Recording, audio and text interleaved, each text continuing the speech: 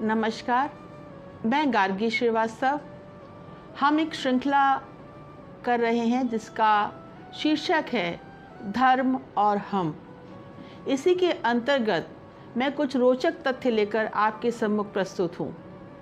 जब ग्रामोफोन का आविष्कार थॉमस अल्वा एडिसन ने किया तो उन्होंने मैक्स मूलर, जो कि एक जर्मन था और ब्रिटेन में रहकर बहुत सारी भाषाओं का अनुवाद कर रहा था और वो संस्कृत भाषा का ज्ञाता भी था, तो थॉमस अल्वा एडिसन ने उनसे कहा कि मुझे इस ग्रामोफोन में कुछ महत्वपूर्ण बातें रिकॉर्ड करनी हैं, कुछ ऐसा बोलिए जो बहुत ही अलग और महत्वपूर्ण हो।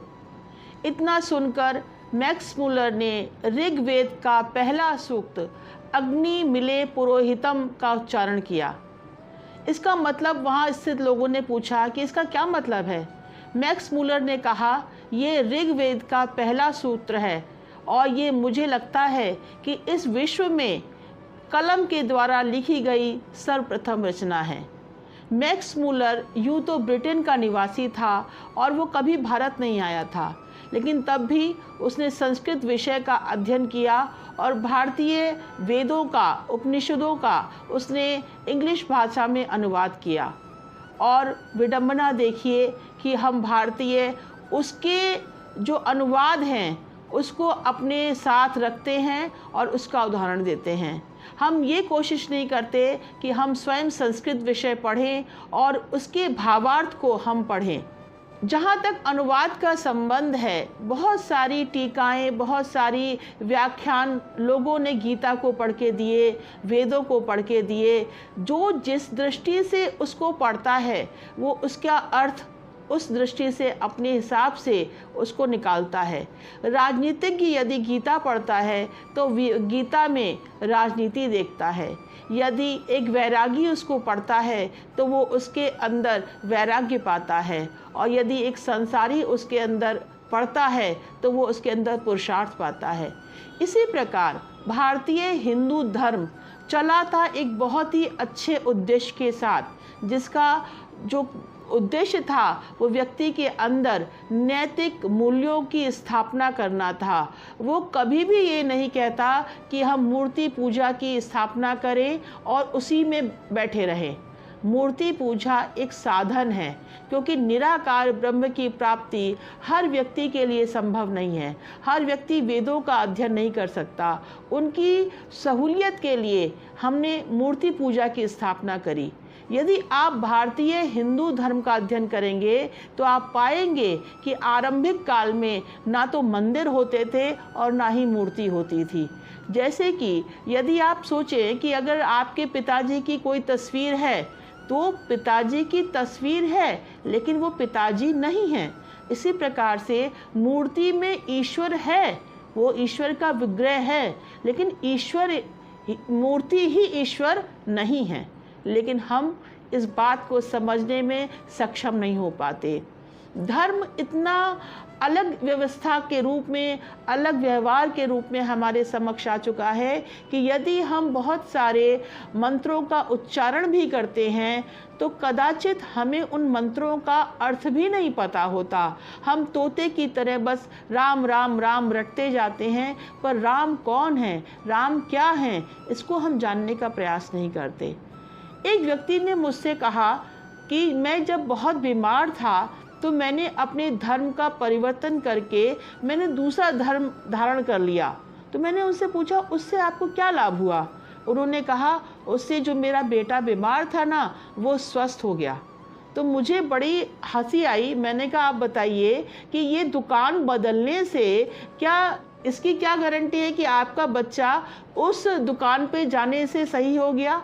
आपने धर्म को क्या दुकान समझ रखा है? ईश्वर को आपने क्या समझ रखा है? बहुत सारे लोग कहते हैं कि हमारी ये मन्नत पूरी हो जाएगी, हम 56 भोग लगाएंगे, हम 101 रुपये का प्रसाद चढ़ाएंगे, हम हलवा पूड़ी बांट देंगे। अरे भगवान रिश्वतखोर नहीं है, भगवान से हम सौदा नहीं कर सकते।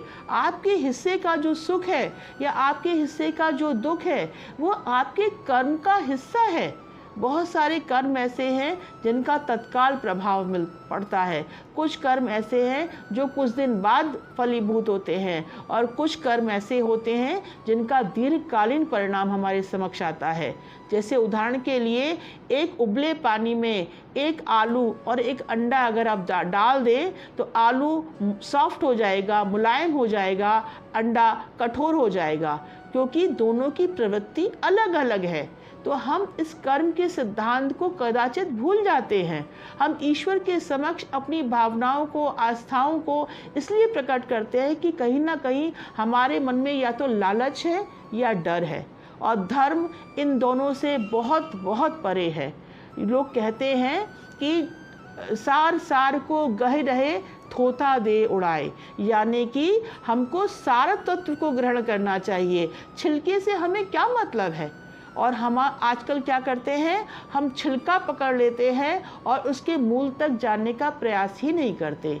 धर्म के नाम पे ये जगह जगह जो दुकानें खुली हुई हैं, कोई कहता है हरी चटनी खाइए तो कृपा आने लग जाएगी, कोई कहता है इतना चढ़ावा चढ़ाइए तो कृपा आने लग जाएगी, ये वाला अनुष्ठान कराइए तो आपकी बीमारी सही हो जाएगी। ऐसा जो लोग करते हैं ना, वो आपको सिर्फ दिग्भ्रमित करते हैं, और आप उनकी बातों में चलते हुए धर्म को अपने स्वार्थ से तौलने लग जाते हैं। और ऐसा करने पर आप अपना ही नहीं, अपने परिवार का और समाज का भी अहित करते हैं। तो मेरा आपसे आग्रह है कि धर्म को पहले जानिए, समझिए, अपने से अपने की यात्रा सिर्फ इतना ही करना है। जब हम दूसरे का फ़ोन मिलाते हैं ना तो वो अक्सर लग जाता है, लेकिन जब अपने मोबाइल से आप अपना ही नंबर डायल करेंगे तो वो हमेशा बिज़ी बताएगा, कभी नहीं लगता। इसी तरह से हमारा धर्म हमारे अंदर है, हमारे व्यवहार में निर्भर करता है, हमारे आचरण का विषय है। इसको किसी भी पाखंड से और किसी भी नकली सामान से आप कभी भी भ्रमित ना हो, और धर्म को जानने के लिए पहले धर्म अपने को समझना होगा। हमें अच्छाइयों की यात्रा करनी पड़ेगी। इस दुनिया में पाप पुण्य कुछ भी नहीं है। जो अच्छी आदतें हैं वही पुण्य हैं, जो हमारी गलत आदतें हैं और जो हमें जिसका अंत बुरे में जाकर होगा वो सभी पाप है, वो सभी इसी दुनिया में व्याप्त है। मैं पुनः आपसे मिलूंगी इसी चर्चा को आगे लेकर के। तब तक के लिए आप अपना ध्यान रखिए। नमस्कार।